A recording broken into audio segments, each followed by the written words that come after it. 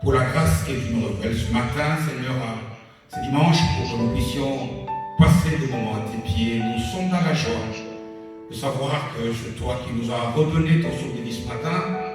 C'est toi qui as grillé notre première partie du culte, c'est-à-dire notre louange, notre adoration. C'est toi qui nous fait du bien et c'est toi aussi qui veux nous parler en ces instants. Si on nous dit, nous voici devant ta face. Nous voulons t'entendre nous parler, nous dire un mot. Nous avons besoin d'entendre ta parole, nous dire quelque chose. La parole qui étanche notre soif, ta parole qui peut nous donner, Seigneur, la substance utile que nous avons besoin pour notre vie. Si nous voulons soumettre ce temps à ton autorité, à l'autorité suprême de Jésus, nous voulons que tout lui obéisse. Nous voulons qu'il soit souverain, que seule sa voix à lui soit entendue de tous. Merci notre Dieu, merci notre roi. Nous voulons te bénir, nous voulons pousser vers toi les cris de joie, nous voulons t'acclamer, toi le roi des rois. Nous avons aussi prié au nom puissant de Jésus. Amen. Amen, amen, amen. Gloire à Jésus, gloire à notre Seigneur. Je nous dis bienvenue à tous les bien-aimés avec qui nous passons ces cultes en vidéoconférence. J'espère que ma voix est bien audible maintenant. Mais je voudrais aussi bénir notre Dieu pour tous ceux qui vont nous suivre aussi, notamment sur Facebook et sur YouTube. Vraiment que mon Dieu vous fasse du bien, qu'il se souvienne de vous, et que tout ce temps que nous sommes en train de passer à ses pieds puisse devenir dans la vie de chacun d'entre nous un témoignage qui nous fait véritablement dire que notre Dieu est vivant. Amen, amen. Alors, nous allons ce dimanche continuer dans l'esprit de la Pentecôte. Et je pense que pendant quelques semaines, j'ai reçu la conviction de la part du Saint-Esprit qu'il faudrait qu'on puisse bien parler de ces choses. Il y a 1 mois et demi, nous avons fêté Pâques. Et puis le dimanche passé, nous avons fêté Pentecôte. Mais ces fêtes ne sont pas tout simplement que des fêtes, des jours fériés. Non. Est-ce que nous, enfants de Dieu, nous chrétiens, est-ce que réellement nous comprenons la signification de toutes ces fêtes? Est-ce que vraiment, oui c'est vrai, si on nous pose la question, Pâques c'est quoi? On le dira. Et la réponse qu'on va donner est exacte. Si on nous demande c'est quoi la Pentecôte, nous le dirons aussi. Et la réponse qu'on va donner est exacte. Mais lorsque nous essayons maintenant de comparer les gens qui ont vécu aussi la Pâque de la Bible et les gens qui ont vécu la Pâque, nous-mêmes, nous voyons qu'il y a une différence qui nous fait vraiment dire qu'il y a encore des choses que le Seigneur doit nous dire par rapport à ça. Pourquoi Pâques? Et 1 mois et demi après, pourquoi Pentecôte? Pourquoi le Seigneur a passé ces 2 grandes fêtes côte à côte? Et si je ne considère par exemple que la Pentecôte, par exemple, que nous venons de fêter le dimanche passé, des gens simples, on nous dit qu'au jour de la Pentecôte, ces gens-là ont été transformés. Tout a changé dans leur vie. Pierre pouvait parler sans peur. Et des gens inconnus, des gens de rien du tout, pouvaient se mettre à parler dans d'autres langues étrangères. Et puis, lorsque nous lisons, notamment quelques chapitres plus loin, nous voyons que ces gens-là, leur vie n'était plus la même. Ils vivaient des miracles. La puissance de Dieu les accompagnait. Et pourtant, regarde ta vie, regarde ma vie. Ne vois-tu pas que le dimanche passé, c'est comme ce dimanche? Ce n'est pas possible. Donc réellement, nous devons chercher à comprendre ces choses. Parce que si on le comprend bien, alors on y vivra mieux. Qu'est-ce qui fait que des gens tels que Paul, Silas, c'était qui dans la Bible? Lorsque eux aussi, ils ont reçu Jésus, lorsque eux aussi, ils ont été remplis du Saint-Esprit, deux personnes, on peut dire, voici des gens qui ont bouleversé le monde. Et pourtant, moi et toi, nous avons des difficultés à bouleverser même nos propres vies. Nous avons des difficultés à bouleverser la vie de notre quartier, de notre rue. Quelque chose ne va pas. Voilà pourquoi nous devons chercher à passer du temps pour réellement comprendre c'est quoi réellement la Pentecôte. Le Saint-Esprit, il est venu pourquoi? On dit qu'il est venu, il habite dans les cœurs des chrétiens. Pourquoi Jésus a-t-il insisté qu'il vous est préférable que je parte? Laissez-moi partir, afin que vous puissiez recevoir le don du Saint-Esprit. Si Jésus a insisté de la sorte, c'est que quelque chose ne va pas. Si malgré avoir nous aussi reçu Jésus, nous restons les mêmes. Quand je dis restons les mêmes, ce n'est même pas par rapport c'est par rapport à nous avons nos mêmes soucis, nous avons nos mêmes problèmes, nous vivons les mêmes difficultés, ça n'est pas possible. Avant Pentecôte ne peut pas être après Pentecôte. Des flammes de feu doivent aussi briller sur nos têtes. Jésus dit dans Acte 1, verset 8, il dit que nous allons recevoir une puissance. Donc le Saint-Esprit nous donne de la puissance. Mais où est cette puissance?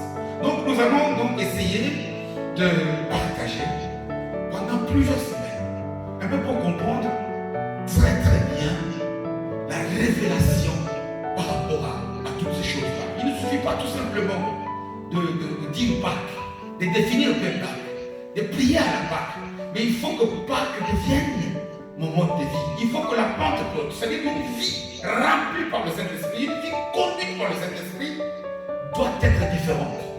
La semaine passée, nous avons tenté de répondre à la question quelle place, quelle position nous donnons au Saint-Esprit. Mais aujourd'hui, nous allons essayer de répondre à une autre. Le thème de notre message de ce dimanche, c'est quelle est alors la mission du Saint-Esprit dans la vie du chrétien? Pourquoi Jésus nous a-t-il envoyé le Saint-Esprit? Qu'est-ce qu'il est venu faire dans cette vie? Qu'est-ce qu'il est venu faire sur cette terre? Je l'ai dit que quand on dit que notre corps est le temple du Saint-Esprit, sa maison, son sanctuaire, est-ce que nous comprenons ces choses-là? Pourquoi alors? Qu'est-ce que cela implique? Pourquoi est-ce que le Saint-Esprit devait venir? En quoi il devait être utile? C'est lorsque nous allons comprendre ces choses, ennemis, que cela va devenir une réalité dans la vie de chacun d'entre nous. C'est très très important. Surtout pour nous jeunes qui venons encore. Vous savez, le fait qu'on nous dit ces choses, on nous raconte, on nous prêche, nous écoutons à la télé, mais nos vies ne changent pas. Voilà pourquoi parfois, il y a comme une sorte de découragement qui commence à gagner le cœur des chrétiens. Il y a comme la vie chrétienne devient comme fade, comme monotone. Pourquoi? Parce que nous ne voyons pas la différence, mais nous devons vivre la différence. Et nous devons voir la différence. Mais avant que nous puissions aller très loin dans le message, je nous invite à tourner nos Bibles dans la deuxième épître de Paul à Timothée. 2 Timothée au chapitre 2. 2 Timothée chapitre 2. Nous voulons donc comprendre la mission du Saint-Esprit.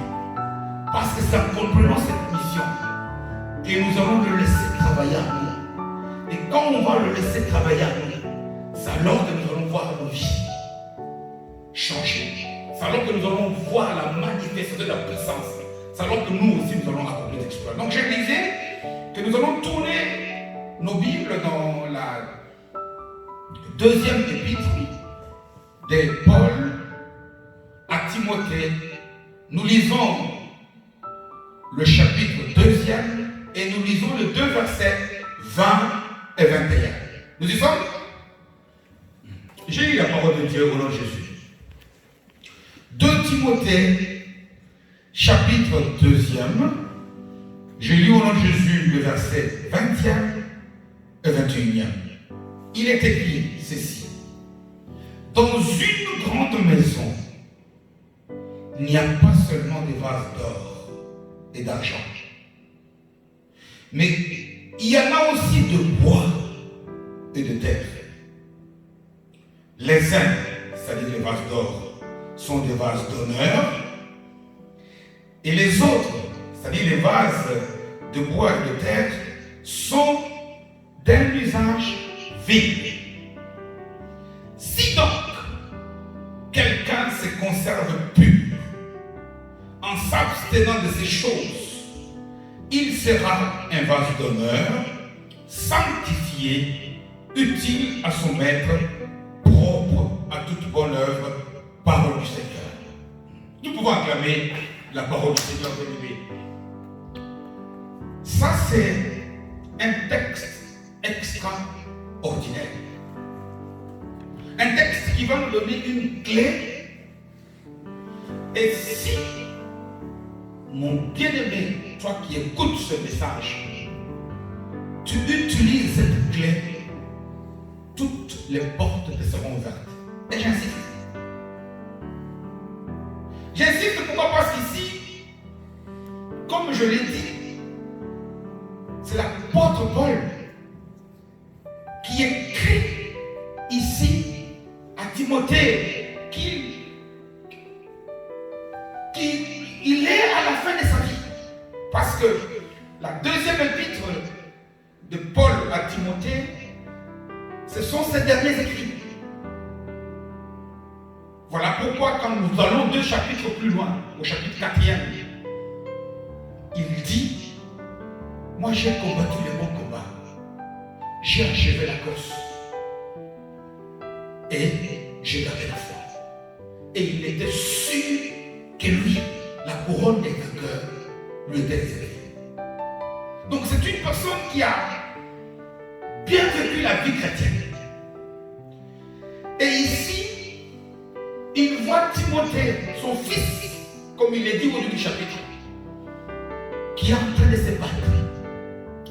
Il voit Timothée qui monte, qui descend.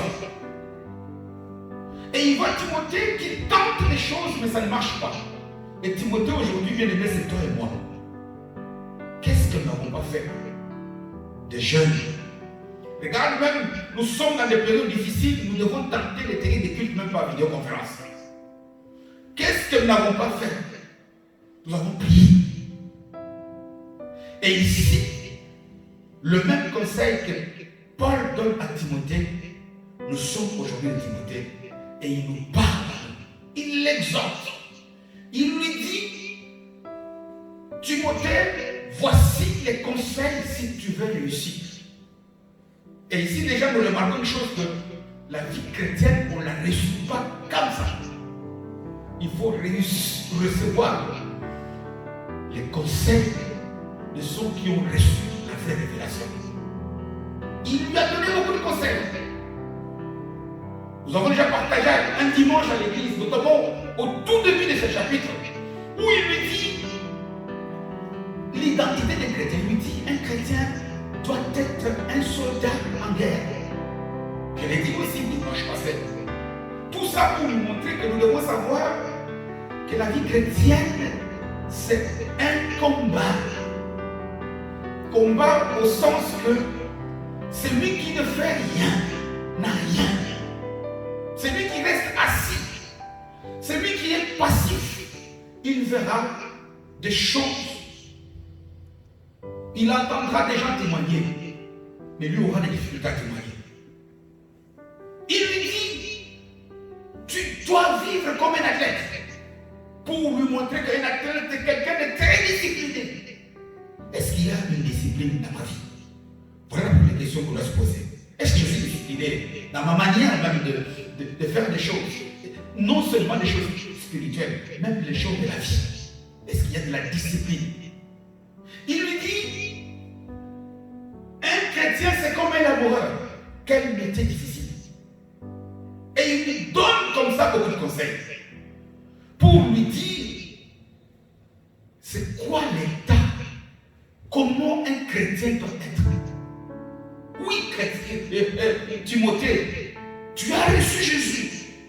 Oui, Timothée, tu es pasteur à l'église à Éphèse. Oui, Timothée, le Saint-Esprit habite en toi. Mais tu ne peux pas rester sans rien faire et voir la manifestation de la puissance de Christ dans ta vie. Voilà ce qu'il dit avec des mots simples. Pourquoi? Parce que dans le texte, il prend un exemple.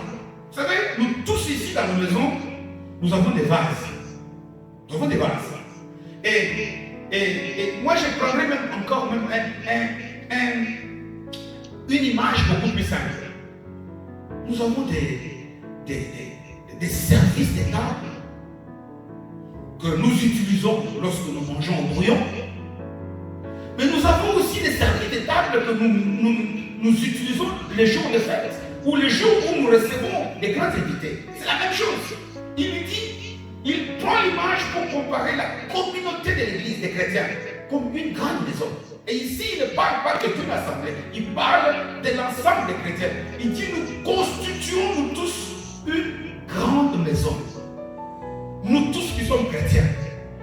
Mais maintenant, il nous dit, attention, parmi tous les chrétiens là, devant Dieu, tous les chrétiens n'ont pas la même valeur. C'est ce qu'il dit. Il dit, dans une grande maison, qui est l'image de l'église, il y a des chrétiens que Dieu appelle des vases d'or et d'argent.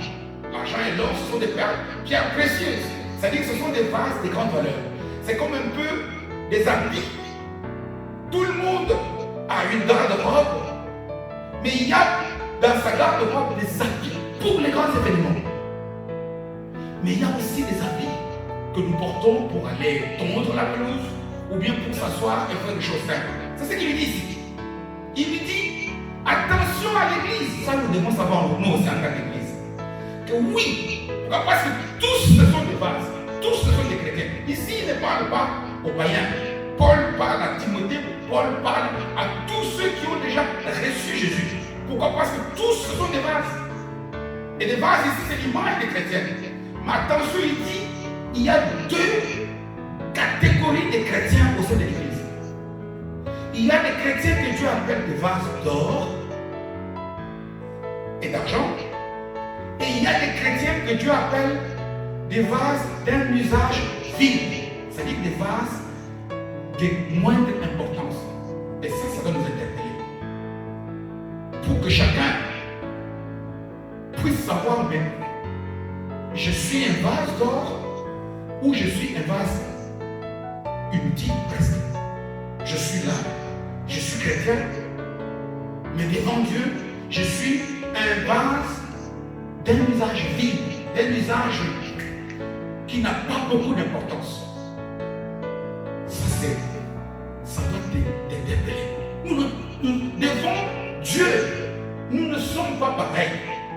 Devant Dieu, Dieu voit il voit des chrétiens dans une grande maison. Ils sont tous des chrétiens. Ils ont tous reçu Jésus chez eux dans leur cœur. Ils ont reçu le Saint-Esprit. Mais Dieu dit qu'il y a deux familles. Et il continue par dire, il dit, les vases d'argent sont des vases qui sont, qu'est-ce qu'il dit? D'or, d'argent, les uns sont des vases d'honneur, les autres sont des vides. Et il ajoute, si donc quelqu'un conserve pur en s'abstenant des choses, il sera un vase d'honneur, sanctifié, utile à son maître, propre à toute bonne œuvre.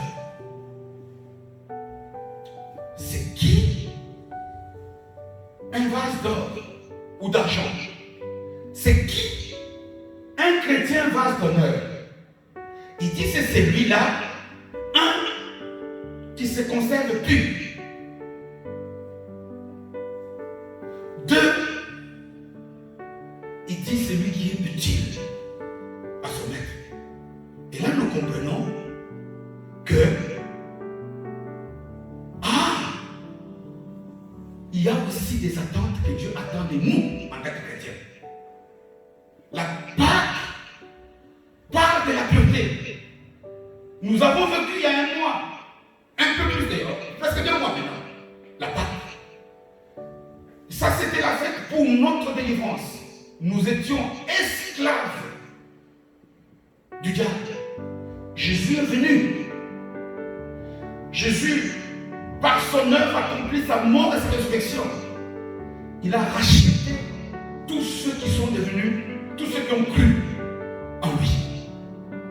Et ils sont devenus purs. Pourquoi? Non pas parce qu'ils ne font pas de faute, mais tout c'est parce qu'ils ont été justifiés par le sang de Jésus. Donc, en d'autres termes, la Pâque, ça c'est pour notre bénéfice à nous. Ça c'est pour le bien, la délivrance des humains. Mais dans la Pentecôte, pourquoi? Parce qu'il ajoute les vases d'or. Ils sont purs, mais il ajoute les vases d'or sont ceux-là qui sont utiles à leur maître. Là, nous devons comprendre qu'il y a aussi des choses que Dieu attend de nous. Est-ce que très souvent, parfois, quand nous prions, nous jeûnons, nous prêchons, nous chantons, nous faisons des veillées et que nous ne voyons rien. Souvent dans nos prières, quand on se plaint après, on dit même pourtant mon Dieu, j'ai jeûné, j'ai prié. J'aimerais que quelqu'un réponde un peu à cette question dans son cœur. Ta prière, de quelle utilité est-elle pour Dieu? Quand je jeûne, en quoi je suis utile à Dieu pour parler vrai? Quand je jeûne, c'est pour moi. C'est pour que Dieu, ça c'est pour ça que nous sommes encore dans la Pâque. Le jeûne, la prière, c'est des choses que moi je fais, comme Paul dit aux Philippiens, travaillez à votre salut, à votre communion. Grandissez, devenez de plus en plus des chrétiens, pour que la Pâque devienne de plus en plus réelle dans nos vies. Mais dites-moi en quoi est-ce que nous nous sommes déjà un jour posé la question de savoir en quoi je suis utile à Dieu? Nous sommes en alliance avec Dieu. Dans une alliance, c'est 2 personnes qui sont comme dans un contrat. L'un donne ceci et reçoit au sa contrepartie. Quelle est la contrepartie que moi et toi nous donnons à Dieu par rapport au salut qu'il nous a donné? L'erreur, la première erreur que nous commettons est là. De penser que lorsque je suis sauvé, lorsque j'ai reçu le salut, c'est fini, tout a été fait. Non. Notre salut, ça s'appelle la nouvelle naissance. Une nouvelle naissance, ça voudrait dire le commencement d'une nouvelle vie en Christ. C'est lorsque nous sommes nés de nouveau. Ça, Dieu a accompli sa part pour nous, nous sommes sauvés. Ce qui reste maintenant, c'est que dans la vie chrétienne, nous puissions devenir utiles pour le Maître. Il dit ici, le vase d'honneur sont des gens qui sont sanctifiés, sauvés, mis à part. Ce sont des gens qui sont utiles à leur Maître. Le dimanche passé, nous avons lu un passage. Apocalypse chapitre 3e et surtout au verset 20. Dans la lettre adressée à l'église de la Odyssée. Au verset 20, Jésus dit ceci. Je frappe à la porte. Celui qui entend et qui ouvre, j'entre. Quand Jésus entre, c'est ça le salut. Nous sommes sauvés. Ça, c'est la Pâque. Mais il ne s'arrête pas là. Il dit, quand j'entre, je voudrais souper. D'abord, il dit, je. Lui doit souper. Comment nous sommes en train d'interpréter Jésus? Il y a des choses que Jésus veut consommer chez nous. Chez nous, quand il est chez nous, il veut souper. Et j'ai dit que le souper, à l'époque de Jésus, c'était le repas principal. Il ne veut même pas consommer des petites choses. Et non seulement on ne lui donne rien, mais quand on lui donne, on donne des miettes. Très, très important. Je dis bien, je répète ici, nous voulons savoir la mission du Saint-Esprit. sommes à la recherche pour trouver la solution à la question pourquoi est-ce que nous avons l'impression que le Saint-Esprit n'agit plus dans nos vies. Le même Saint-Esprit, il est écrit que nous avons reçu le même esprit. Qu'est-ce qui fait que le même esprit, chez les Paul, il était différent, il agissait différemment? Qu'est-ce qui fait que les Pierres, eux, c'était des vases d'honneur? Des gens qui ont connu des exploits hors pair. Nulle part nous avons vu, à part l'exemple où on nous parle de la maladie de la belle-mère de Pierre, mais on ne nous dit pas de la maladie des gens. Qu'est-ce qui fait que le même esprit, nous n'en voyons pas les aspects? Et ici, bien aimé, nous recevons déjà une première piste pour savoir que le salut, le fait d'avoir reçu Jésus, n'est pas le terminus, bien au contraire. C'est un commencement. Le commencement maintenant parce que Dieu nous a sauvés. Il nous a tirés comme Paul le dit aux Colossiens 1,13, il dit, tu nous as sortis des ténèbres pour nous faire asseoir dans le royaume de lumière du fils de ton amour. Mais là, il a une mission. Continue. Pourquoi est-ce que nous avons, nous chrétiens, l'habitude de lire que des bouts de phrases, des bouts de versets et de chercher à retenir que des choses qui nous font plaisir? Il dit ici, voilà pourquoi, aujourd'hui, la majorité des chrétiens, ceux-là qui ne voient pas la manifestation réelle de la puissance du Seigneur de leur vie, ils doivent savoir s'ils sont vases d'honneur ou vases d'usage fini. Quel est alors? Que faut-il faire pour devenir? C'est quoi? Comment devenir un vase d'honneur? Qu'est-ce que Dieu attend de moi? Dans la parole, il est écrit, l'or et l'argent lui appartiennent. Mais qu'est-ce qu'il attend encore? Je vais à l'église. Qu'est-ce que Dieu attend encore? Je prie. Non. Nous faisons beaucoup de choses. Mais la plupart des choses que nous faisons sont bonnes. Prier, jeûner, écouter la prédication comme on le fait maintenant, chanter, prêcher. Mais ça, ce n'est pas la part que Dieu Jésus veut consommer. Ça, c'est notre part. Ça, c'est des choses qui pour notre propre salut. Mais il y a aussi des attentes de Dieu. Il y a aussi des choses que Dieu attend de toi et de moi. Et devenir le vase d'honneur, il est dit ici, la première condition, c'est, je l'ai dit, 1. La pureté, le mot pur, a deux sens. Le premier sens, c'est celui qui est cité notamment dans le vocabulaire sanctification, mis à part, quitter le péché. Mais pur aussi a un second sens. Lorsque il y a des mélanges, lorsque je prends une pomme, je presse le fruit et je ne tire que le jus de la pomme, on dit que ça c'est du jus de pomme pur. Mais lorsque je prends la même pomme, j'ajoute un tout petit peu du jus de poire. Le mélange n'est pas mauvais, mais le jus de pomme n'est plus pur. En d'autres termes, la notion de pureté a deux sens. D'être pur a deux sens. C'est-à-dire le fait que j'ai quitté la vie des impuretés, je ne fais plus le mal. Mais il y a aussi le fait que dans nous, en nous chrétiens, il y a beaucoup de mélange. De mélange entre des choses spirituelles et des choses du monde.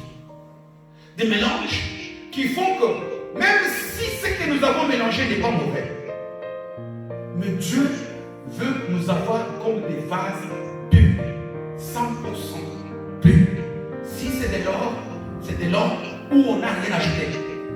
Si c'est de l'argent, c'est de l'argent 100%. Le problème est là. Et voilà pourquoi Dieu, sachant que cette mission-là est difficile, voilà pourquoi les Matthieu, les Barthélemy, déjà ayant reçu Jésus, Jésus dit non. Mais pour faire la mission, c'est moi qui vous ai créé, c'est moi qui vous ai engendré. Je connais vos limites. Laissez. je veux vous faire don du Saint-Esprit qui va habiter en vous pour vous révéler au sein de vos cœurs. Là, il y a un mélange. Même au moment où toi tu écoutes ce message maintenant, il t'indique. Là, il y a encore des mélanges. Des mélanges, je dis, il n'est pas question ici nécessairement des impuretés. Non. Dieu veut nous avoir 100% chrétiens. Dieu veut nous avoir 100%. Si tu donnes 1 heure à Dieu, Dieu ne t'a pas demandé 1 heure. Mais alors là, 100% là, c'est pour Dieu. Sinon, donne-lui 10 minutes. Pour que les 10 minutes soient pour lui. Si tu donnes, je ne sais pas, moi, ton cœur, il dit, tu dois m'aimer de tout ton cœur. Il l'a dit dans le L'Épître aux Hébreux, il dit, lorsque avancer vers les trônes de gloire, de tout, avec le cœur droit et entier, complet. Combien de fois, parfois, nous faisons des choses de Dieu avec lesquelles partager? Est-ce que ça marche? Est-ce que c'est vrai? Est-ce que je suis dans la bonne église? Est-ce que j'ai pris bien? Nous sommes en train de mélanger les choses et de nous mettre dans la catégorie qui n'est pas la bonne.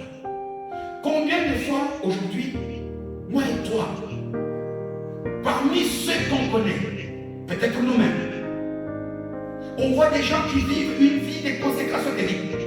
Ils prient, ils jeûnent, ils donnent des offrandes, ils prêchent, ils chantent.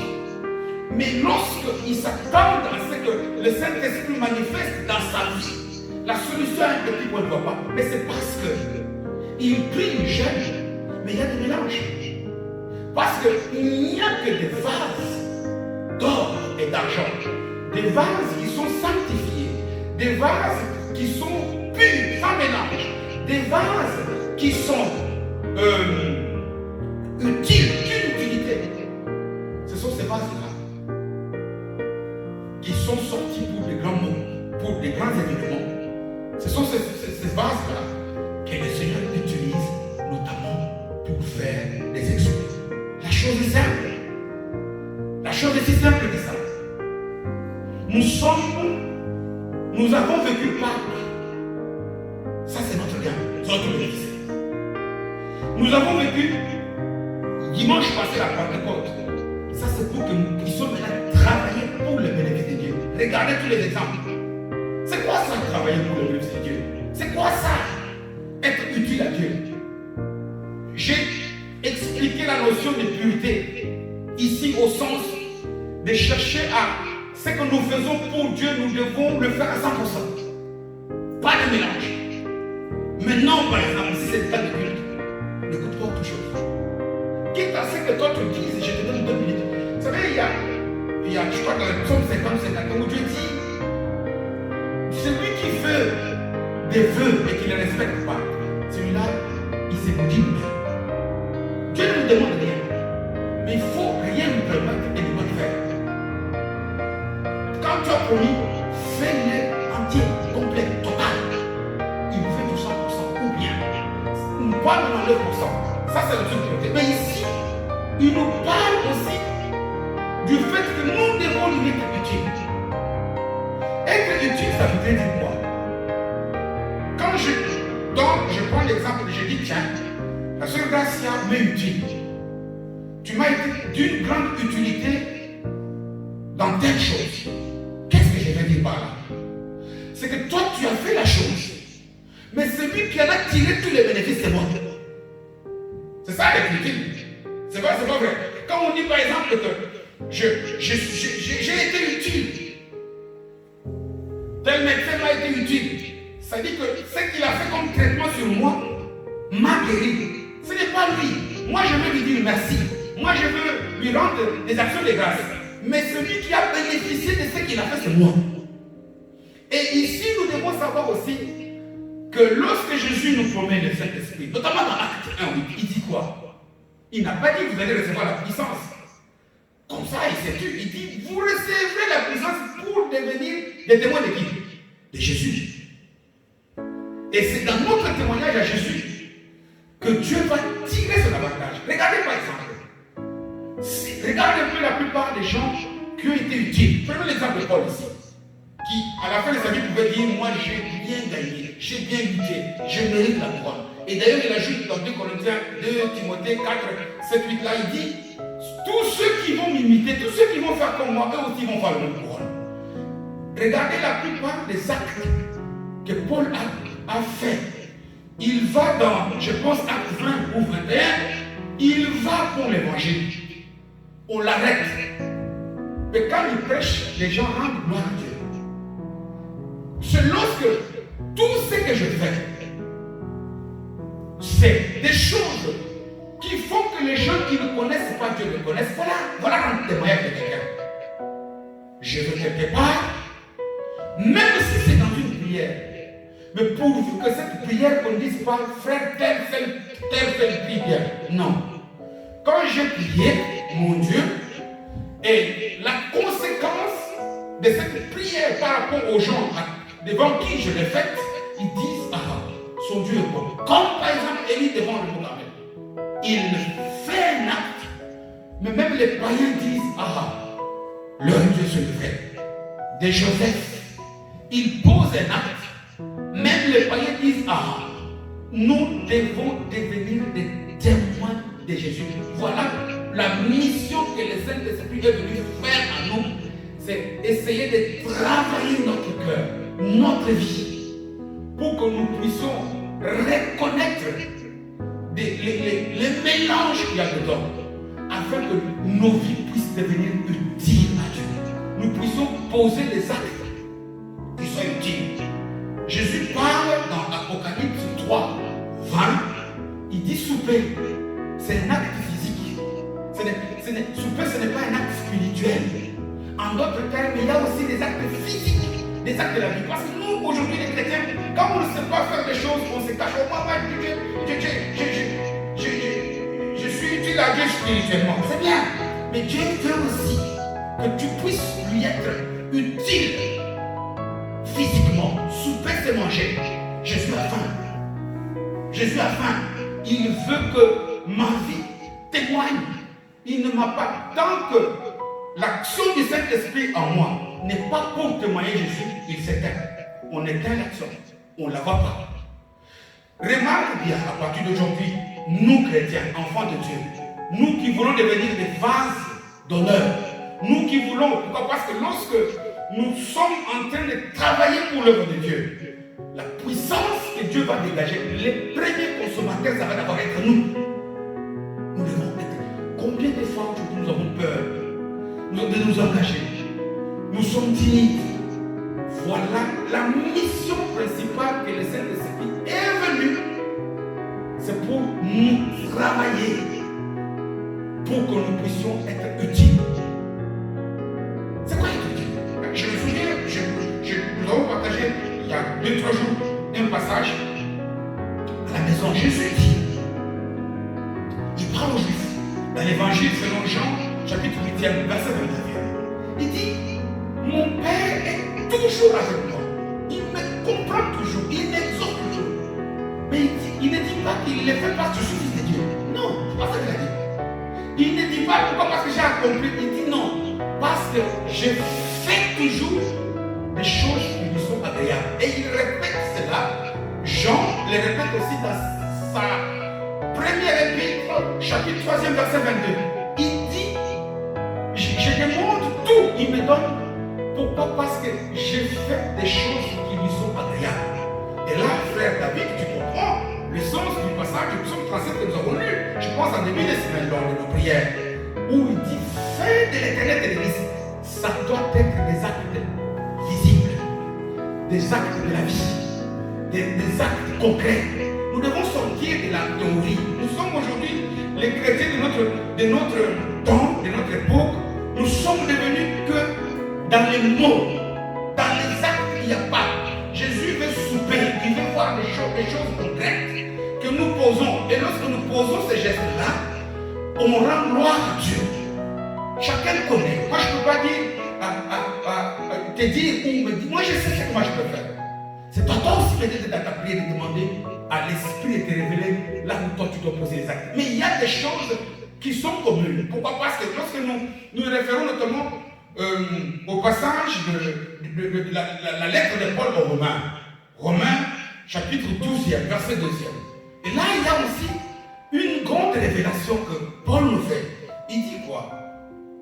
Il nous dit, ne vous conformez pas au siècle présent, mais laissez-nous transformer par le Saint-Esprit qui est en nous, afin qu'à ce moment-là, nous puissions déceler ce qui est bon, ce qui est agréable et ce qui est parfait pour Dieu. La question est là. On ne se laisse pas. Il y a une bagarre au moment où tu m'entends ici. Je sais que dans le corps de beaucoup, il y a une bagarre entre le Saint-Esprit qui te dit, tiens, là on t'a dit, tu dis non. Là c'est pas moi, ça c'est l'autre. Parce que souvent nous les chrétiens d'aujourd'hui, nous écoutons la parole pour les autres. Ah, tel frère, ça il fallait qu'il l'entende. Oh, tel frère. Non. Dieu nous parle à chacun individuellement. Il me parle d'abord à moi-même, comme il te parle à toi qui m'écoutes. Pour le moment, nous devons laisser le champ libre. Le Saint-Esprit nous remplit, c'est prendre la totalité. Aujourd'hui, pour nous, Dieu est devenu un distributeur automatique de bénédictions. Pour beaucoup, nous prenons Dieu comme un grand-père. Ou bien comme, entre guillemets, ce qu'on appelle au mois de décembre, les enfants appellent Père Noël. Que lui, c'est juste pour lui demander des choses. Oui, il en a beaucoup. Mais il a aussi des choses qu'il fait consommer chez nous. Le problème est là. Nous sommes égoïstes. Nous sommes comme des censures. Toujours notre main tendue. Mais Dieu attend aussi. Dieu attend que nous puissions aussi chercher à connaître qu'il a la volonté. Quand on nous dit, faites la volonté de Dieu. Ou même quand nous entendons, parfois j'entends des chrétiens parler, se disent, toi tu n'es pas obéissant à la parole. Ça veut dire quoi ça? Être obéissant à la parole, ce n'est pas que connaître ou réciter les versets. Non. On est obéissant lorsqu'on vit ce que le verset a dit. Ça oui. Si le verset me dit quelque chose, et vous voyez que la volonté de Dieu par rapport à Romains 12, 1, a 3 niveaux. Il y a le premier niveau qui est le niveau de la Pâque, de notre salut. Connaître ce qui est bon pour Dieu. Ah, ça c'est bon, ça c'est le péché. Ça c'est pour le salut. Ça, la plupart des chrétiens doivent le savoir. Ce qui est bon pour Dieu, tu le sais. Même le bébé, il le sait. Tous ceux qui sont nés de nouveau, la volonté de Dieu, nous ne nous sommes cantonnés qu'à le faire de ce qui est bon. Donc j'ai dit que prier c'est bien, mais ça c'est dans les niveaux de bon. Jésus n'a pas dit dans Jean 8, 9 que mon Père est toujours avec moi parce que je fais ce qui est bon. Parce que le niveau bon, ça c'est le niveau le plus bas de tous les chrétiens. Ça c'est le début. Savoir ce qui est bon pour Dieu. Qu'il ne faut pas mentir. Que Dieu veut la vérité. Ça c'est ce qui est bon. Mais Jésus dit, mon Père est toujours avec moi parce que moi je fais ce qui lui est agréable. Parce que le parfait, personne ne le verra sur cette terre. Il est écrit, c'est lorsque nous serons face à face que nous serons transformés en sa nature. Le parfait, ça c'est pour lorsqu'on sera au paradis. Mais sur cette terre, Dieu nous demande à faire ce qui est agréable. C'est ce qu'il a fait. C'est ce que Jésus a fait. Chercher à connaître le niveau de ce qui est agréable. Le premier niveau de ce qui est agréable, c'est quoi? La raison pour laquelle il nous a donné cet esprit, ça c'est pour accomplir d'abord ce qu'on appelle l'ordre divin principal. Matthieu 28. Le premier temps, il nous dit, nous serons des témoins là. Je l'ai dit avec le mot simple. C'est que tu deviens un vase d'honneur lorsque dans ta vie, tu concours pour que les pécheurs deviennent des chrétiens. Vous savez, dans toute la parole, le seul instant où il est marqué que dans le ciel, on sort des emprises spirituelles, des troubles spirituels. Abraham porte des habits de fête pour fêter. C'est lorsque un pécheur croit en Jésus. Combien de fois, bien aimé, les sons, on passe beaucoup de temps à beaucoup de choses. À partir d'aujourd'hui, cherche à ce que par ta vie, les gens connaissent Jésus. Tu verras la différence. Tu vivras la côte. Cherche que c'est ça être vrai témoin de Christ. On n'a pas dit témoin de Jésus. Ça, c'est une autre prédication. Témoin de Christ, C'est lui qui a été glorifié. C'est lui qui est assis à la droite du Père. Témoin, pour que moi et toi travaillons. Qu'est-ce que tu dois faire? Je vais te dire, mon bien-aimé, même si tu ne connais pas les versets. Travaille.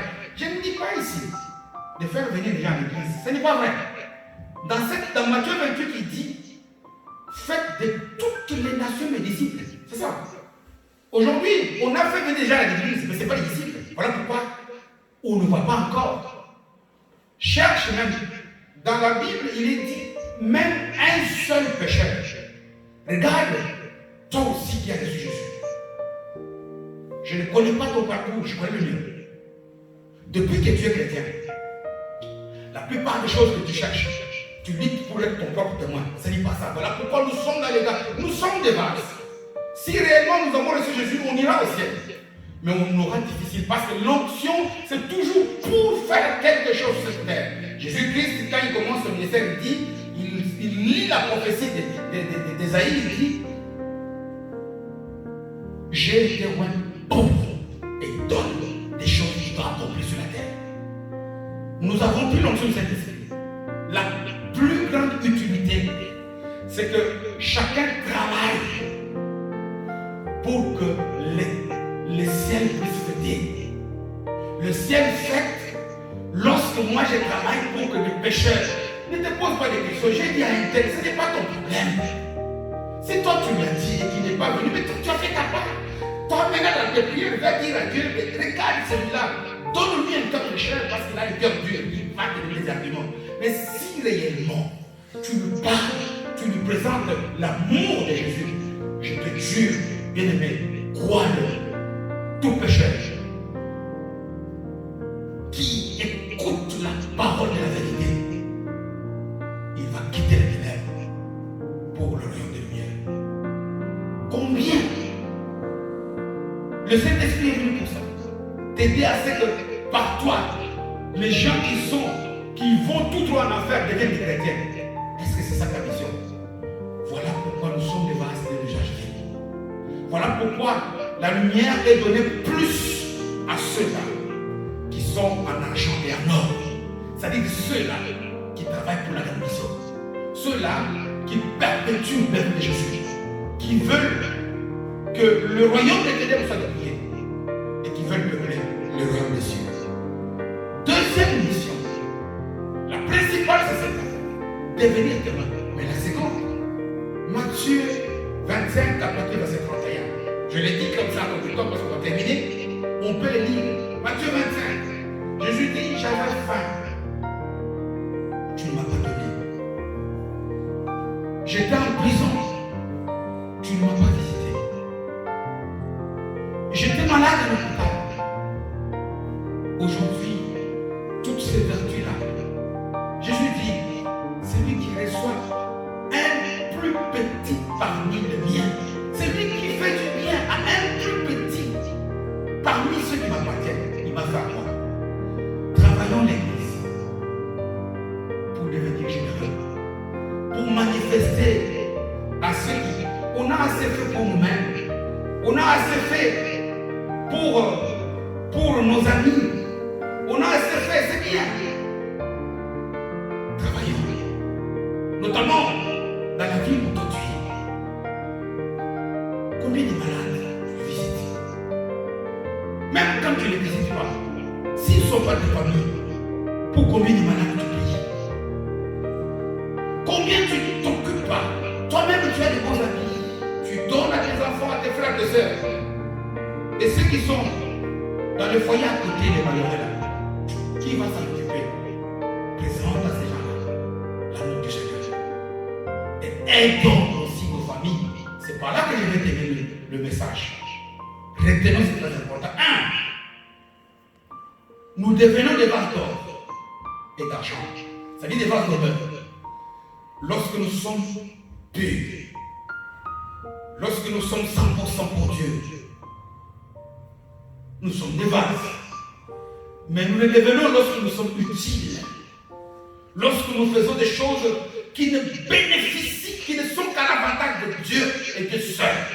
Pas pour nous. 1. La première des choses choses pour lesquelles Dieu dit qu'il a fait au ciel. Le ciel bouge, il y a tapage. C'est lorsque toi ici, voulez-vous que Dieu envoie encore de Moïse pour gagner? Regardez dans nos parages, même dans nos familles. Combien de gens sont en train de partir en enfer? Parfois on se gêne. Lui, celui-là, je ne veux pas. Parce qu'il n'est pas de ceci. Parce qu'il va penser sur ceci. Il y a des préjugés qui viennent tout dans l'enfer. Nous devons vaincre ces préjugés-là. Nous devons travailler. Nous devons tout faire.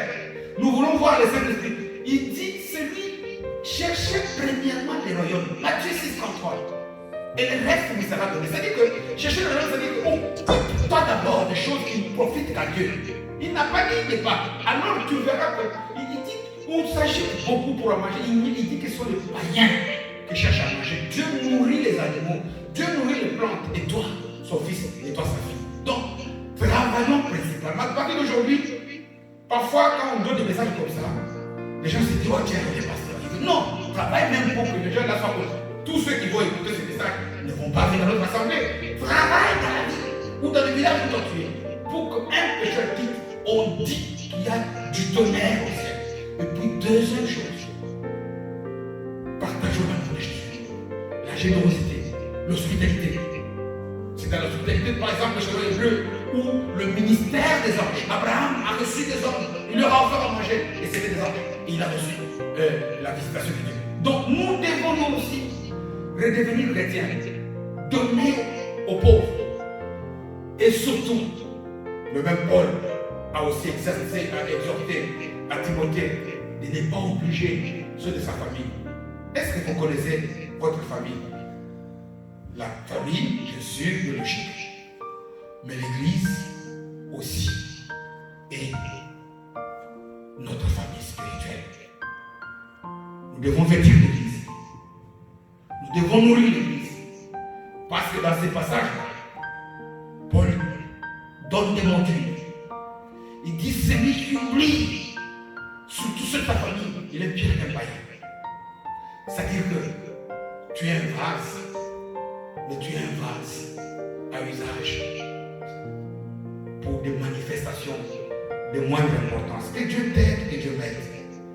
Pour qu'à partir d'aujourd'hui, moi aussi, la mission du Saint-Esprit, c'est pour que je puisse comprendre ces choses. Pour que je puisse devenir l'instrument efficace pour que l'œuvre de Jésus soit connue.